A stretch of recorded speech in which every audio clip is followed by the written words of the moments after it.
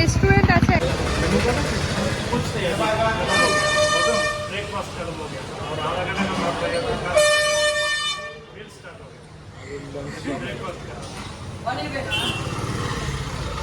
Hello everyone, কেমন আছো সবাই? আমি রিঙ্কু, আমার একটা নতুন ব্লগে তোমাদের অনেক অনেক স্বাগত। জল কি এখান থেকে খাবে? জল কিনে নেবো আমরা। এটা খেয়ে নাও, খেলে একটু এটা খেয়ে নাও একটু, এখন এমনি খেয়ে নাও, তারপর আমরা বেরিয়ে ব্রেকফাস্ট করবো বা কিছু খাওয়া দাওয়া করবো, ওখানে আবার কিনে নেবো।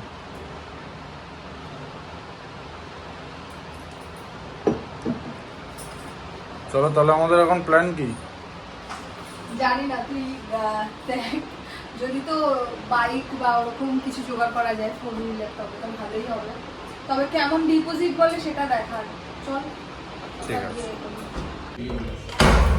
তো রেডি হয়ে বেরিয়ে পড়েছি আমরা দুজন। দেখি বাইক পাই নাকি। রেন্টাল সিস্টেম ওটা। হ্যাঁ, ওটা রেন্টাল সিস্টেমে, ওটা পেলে তো খুবই ভালো। দাঁড়া, ক্যামেরার দিকে আঙুল চলে। चाबी लेके जा रहा हूँ, पूरा फ्लोर क्लीनिंग करवा दो। और उधर में कॉर्नर में जो वॉशरूम की साइड में जो विंडो है ना, उधर में मैंने सारा रखा है लॉन्ड्री के लिए। कितना लॉन्ड्री का? না তুই পর, আমার চশমা আছে। বাইরে প্রচণ্ড রোদ। ঠিক আছে, দেখা যাক। আজকে রামেশ্বরমের এই যে বিচটা এই হোটেল থেকে বেশি দূরে নয়, আর তাই জন্য ভাবছি যে আমরা ধানুষকুটির দিকটা আজকে যাব। আর যদি বিচের দিকটা যদি কভার না হয় তো কোনো ব্যাপার না, কালকের দিনটাও তো এখানে স্টে করছি, তো কালকেও করে নিতে পারি। তো চলো ফার্স্টে যাই।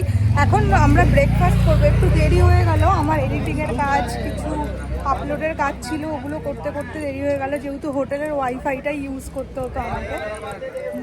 তো চলো এখন ব্রেকফাস্ট করে আমরা, হ্যাঁ এটা দেখাও, ওয়ে টু অগ্নিতীর্থম, যেখান থেকে ওই চানটা করতে হয়। এই যে অমিত দেখাচ্ছে, এই যে ওয়ে টু অগ্নিতীর্থম, এখান থেকেই স্নানটা সারতে হয়। দেখবো এখানে কি আছে। হ্যাঁ দেখো, এখানে একটা রেস্টুরেন্ট আছে, একদম হোটেল লাগোয়া, এই গলিটা লাগোয়াই আছে। দেখা যায় এখানে ধোসা ফোসা আছে, খাবি নাকি? একটু এগিয়ে গিয়ে ওই মন্দিরে, একটু এগিয়ে গিয়ে দেখতে পারি আমরা। এখানটা ভিড়ও তো আছে এখন। হেঁটে যাবি না অটো করবো? না, হেঁটে চ। আর খাবো তো, কাছাকাছি দোকান দেখলেও তো খেতে পারি।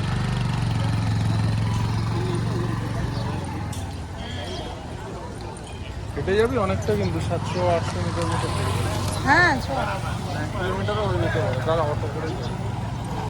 আমরা এপাশ দিয়ে আসলাম, ওপাশ থেকে 1 কিলোমিটার, তো অটোতে অনেকটাই ভাড়া বলছে। আবার এপাশে এসছি, হোটেলের দিকটা এসছি, এদিক থেকে যাব, যেহেতু ওদিক থেকে গেলে 1 কিলোমিটার, কিন্তু অনেকটাই ভাড়া বলছে।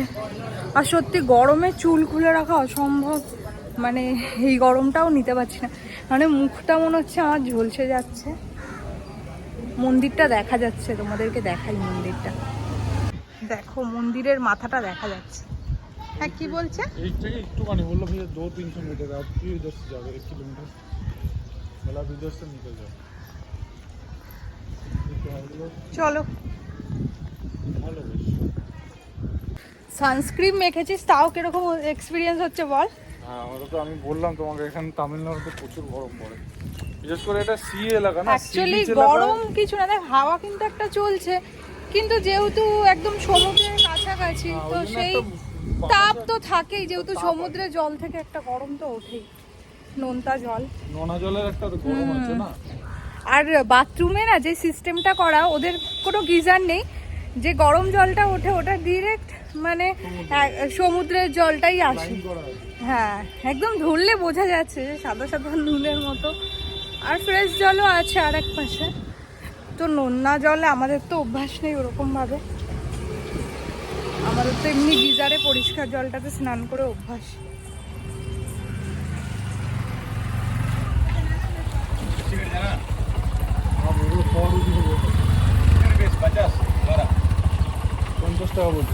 কোন গেটে যাবে?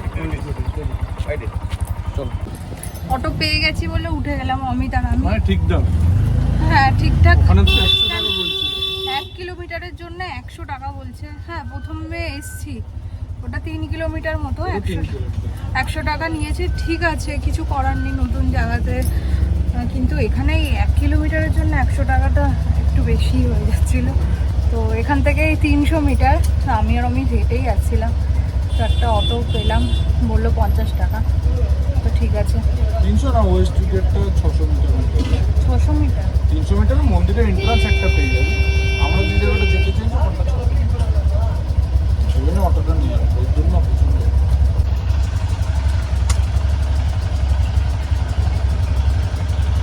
এই যে এখন এই দাদা ভাইকে অমিত জিজ্ঞেস করলো যে, উনি বললো যে এই নর্থ গেটে 22 ফুট, এই নর্থ যেটা হোটেলটা আছে এটা নর্থ গেটের সামনে, এখানে 22 ফুট স্নানটা হয়, যেটা করে মন্দিরে ঢুকতে। আর এমনি মেইন মন্দিরের এন্ট্রান্সটা হচ্ছে একটা ইস্টে, এটা হচ্ছে লেফটে পড়ে, ওখান থেকে লেফটে পড়ে ওয়েস্টে। তো আমরা এখন ওয়েস্ট গেটের দিকে যাচ্ছি, বিকজ ওখানেই সব দোকান টোকানগুলো আছে বাইক রেন্টালের জন্য। তো নর্থ গেটটায় তুমি শুধু স্নান করতে পারবে, যেটা অ্যাকচুয়ালি ম্যান্ডেটারি মন্দিরে ঢোকার জন্য, বাট এখান থেকে তুমি অ্যাকচুয়ালি এন্ট্রান্স করতে পারবে, এন্ট্রি তুমি এখান থেকে পাবে না। এখানে স্নান করে তোমাকে আবার ইস্ট বা ওয়েস্ট গেটে গিয়ে ওখান থেকে এন্ট্রিটা নিতে হবে।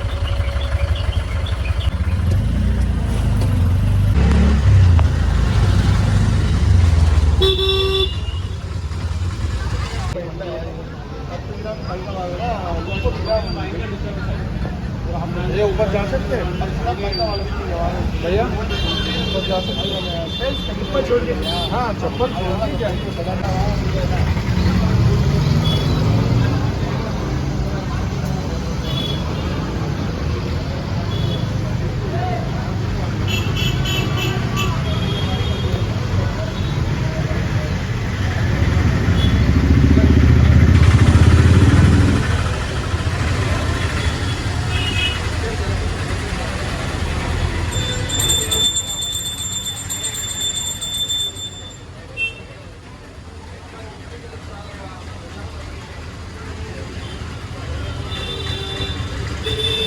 খুচরো আছে?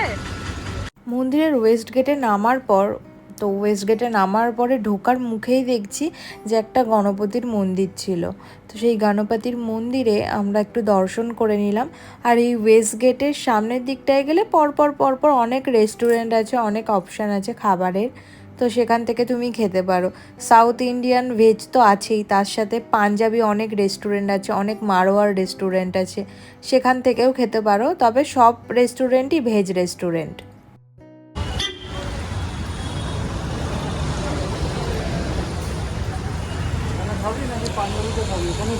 এখানে খেয়ে নিতে পারি।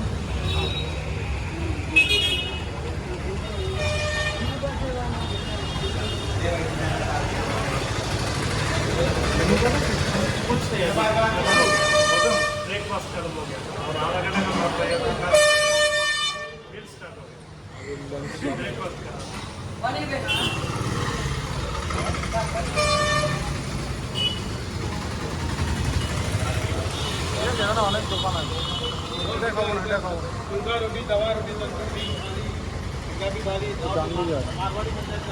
ওই এখানেও সাউথ ইন্ডিয়ান আছে, এটাতেও পাবো।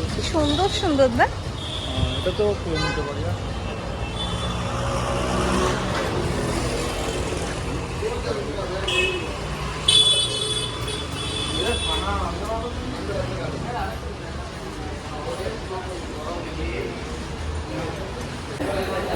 একটা জায়গায় এসেছি, ওই মন্দিরটা থেকে বাইরে পছন্দ করে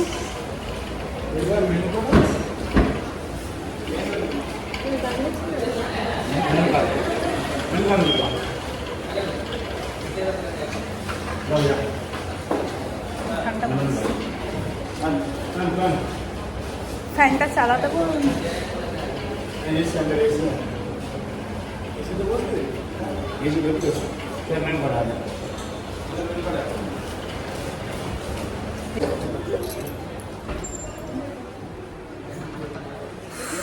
এসিতে এসছি, গরম নিতে পারছি না, জানি না কেন।